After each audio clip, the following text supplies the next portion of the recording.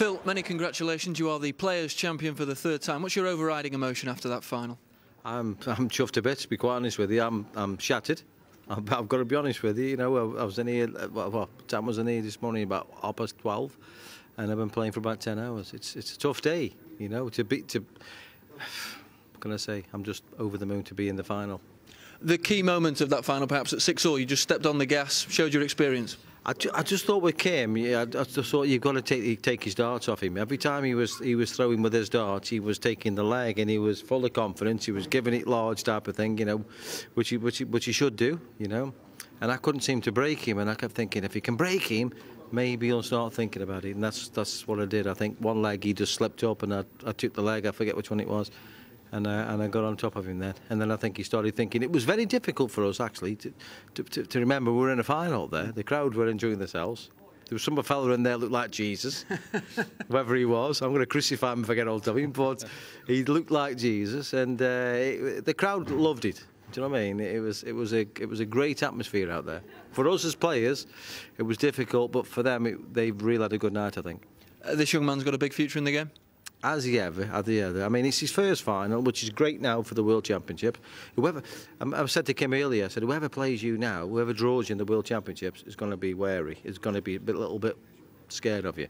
I think if he'd have gone out first round, nobody would give a damn. But now they're going to be thinking, please don't give me Phil, please don't give me Kim, or please don't give me Andy Hamilton or Sam Whitlock. So that's what you do, you know what I mean? You just give a little shot above the bows and make them think about it a little bit. Kim, could you have done any more tonight? Maybe. Playing a first final, television final against Phil is an absolute dream for any player on the circuit. It's my first year on the circuit, and I'm playing a final against Phil, so that's an absolute dream. Could I have done any better? Yeah, maybe. I could have done it better. But because you're playing Phil, you're playing a final, you get a little bit nervous. You don't get that 180s, that doubles when you need them. Went good until 5-all. Then, like you said, Phil pushed the gas a little bit, and yeah, he outscored me there and out-doubled me. So yeah, was a better player today.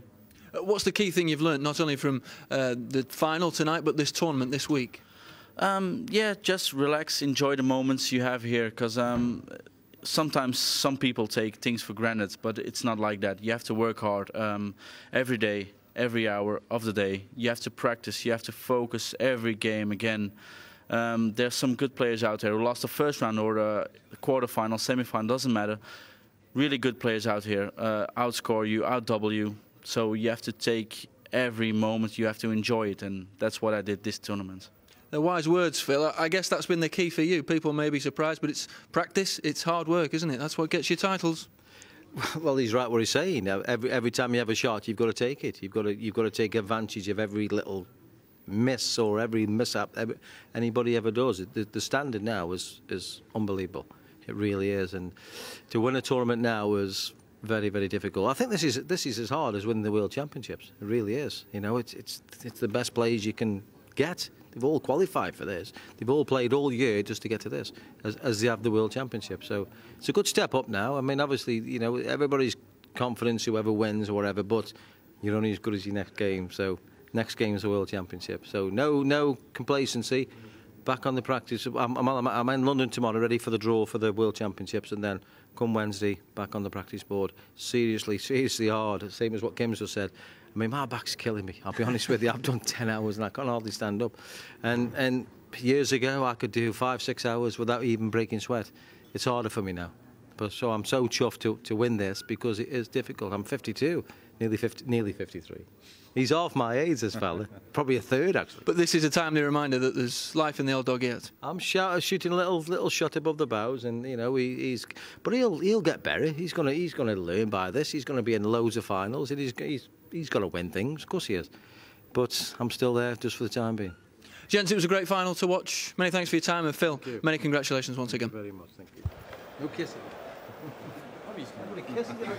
Well played, both men. If the darting mojo was missing, it's back. Yeah, tournament average of around 104, which again is just setting the standards. You know, we have seen tournament averages of 108, but for a man who's out of form and vulnerable. I think he's ready for the Worlds. You feel a little for Kim Huybrechts because hopefully tomorrow he'll think what a good job he's done, but how many players have got to a key match, maybe a final, stayed in it for a while and then just suddenly come second? Well, there's a long list, and I'm sure there'll be a few more people to add on that list. You're on it. I'm on it a few times, aye. And, you know, he's just so good when he gets into finals. He very rarely loses them. Kim Huybrechts' first final. I'm sure he'll do well in a few other tournaments coming up. The Worlds is going to be dangerous. He's going to move up the world rankings. He's going to be in the top 16 soon. He's going to be really confident, and when he wakes up tomorrow, he's going to be really pleased with what he's done this weekend. I mean, since he arrived here, he hasn't done a lot wrong, Phil, but he's just kind of eased himself into round 2 and then into the quarterfinals. But what he's done today, quarter, semi and final, to come from where he was against Hamilton and then to just dispatch the next 2. Yeah, that just shows his levels of fitness. You know, he can just keep playing and playing and playing. I think he touched on there that towards the end of that, he did start to look a little jaded, but that match he came through with Andy Hamilton, that would have taken, you know, that really must have took it out of him. But then to kick on and do what he did against Whitlock, I mean, that was an absolute demolition. And fair play to Kim, he kept it tight early on. Yeah. He looked really like he was going to... Well, he took the first 2 legs, didn't he? Yeah. Well, we always say you need to get off to a good start against Phil as much as anybody else, and it's only took the first 2 legs. You think, well, it's going to give him a game here. Absolutely. 29. Yeah, Phil had a chance for the very first leg, in fact, which didn't take, and Kim took it and thought, well, OK. No, it was a strange scenario. The first 2 legs, he finished... He finished on double 3 and double 9, I think. You know, which is unusual against Phil, because if you're not taking out sort of either the 80s, you know, Shane Burgess once said, yeah, Taylor leaves you shots 161, 164, 167 and 170. But all week I have noticed Taylor has started slowly, and if there is a minimal bit of criticism, is his finishing has not been great. But that just shows you how well he must be scoring to still end up with a tournament average of 104. Yeah, absolutely. And actually, it kind of bumped along to, I think, 6-all just after the break, and at that point, it wasn't that there was particularly a lot in it, was there?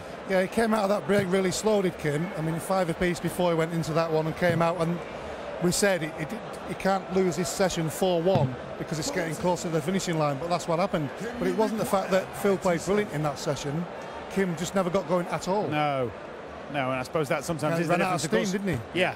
Which, for someone with such little experience at this level, will happen. You know, we've seen it before. People make finals, and the Paul Nicholson Merv King, you know, match. Merv just ran out of steam. The heat. It's a long day, you know, in that final, and that probably. I mean, it puts Kim in great stead for the future. I mean, you can't beat the experience of getting to a final, and in that final, playing the greatest player that there is. Yeah. Because from 6-all you've gone, it felt like about half an hour from 6-all to end of the match. It just kind of ran away from him. Well, he wasn't put under any pressure, was he? He just continued rolling leg after leg after leg. And Huybrechts was just given the odd. This was a situation Taylor took a risk, didn't he? That's right. Just left him half a chance. He opted out of the ball. And I mean, if someone's on, you know, 164 or something like that, it might be worth doing. But he took a little bit of a gamble, and I don't know whether that mentally might have, you know, just rattled Kim a little bit. But from this point, you know, Phil just does what he does. Well, yeah, I mean, actually made, I suppose, a little bit of hard work of that, but being Phil, he put the third one in. See by his expression. Yeah, little blow of the cheeks. He knew the position, he knew what he was in, he knew he was close to the finishing line, and he wasn't going to turn that advantage back to Kim at all. But from there, the end was nigh. Yeah, that's what Taylor does. You know, it's typically Taylor. Just goes through the gears, keeps you under pressure. What you then try and do is actually force the issue. You just start trying a little hard. We've seen that with Kim's first start going underneath the 60. You know, that's pressure and effort. But you know, it was a great tournament. I mean, the crowd have been unbelievable. You know, it's probably one of the best tournaments I've been to. You know, it's been absolutely superb. 4,600 The noise people. was electric this evening. I don't know if it came across on TV at home, but it was really so loud in here. It was incredible. Even Jesus made an He appearance. certainly did, didn't So he? good it was. Until security got hold of him. But that happens at darts tournaments. Yeah. Even the biggest names can fall. They don't take any prisoners, them security boys, do they? No. No message. Doesn't matter how much of a religious icon you might be. The fact that you haven't been seen for 2,000 Yeah. years. Once Certainly those got fat the crowd fingers up, are on the didn't back of the neck. It doesn't take a lot with this crowd, does it? Yeah. Brilliant. They've been absolutely brilliant. All the staff here have been But amazing. apart from the two finalists, a lot of the players, I would say at least a handful of the players here, have really given themselves something to build on for the World Championships, haven't they? Yeah, they certainly have. It's nice to see Garrington back in some form. Yeah. He could have quite easily won that game against Simon Whitlock, and then we would have played Phil Taylor in the semi-final. So he's going to go in the World Championships in good form. Simon Whitlock obviously playing really well, and there's quite a few others there. This World Championship is going to be really hard to call. We thought the same with this tournament. That bottom half after the first round was incredible with the top players in it, and we always said somebody in that top half is going to get to a final. It turned out to be Kim, but Phil got through in the bottom half and won it. He did. More from the boys in a moment, but given that final's gone slightly short, it gives us a chance to give you a bit more darting action. We thought we'd serve up a slice of last year's Players' Championship final. That, of course, was Mark Webster against Kevin Painter.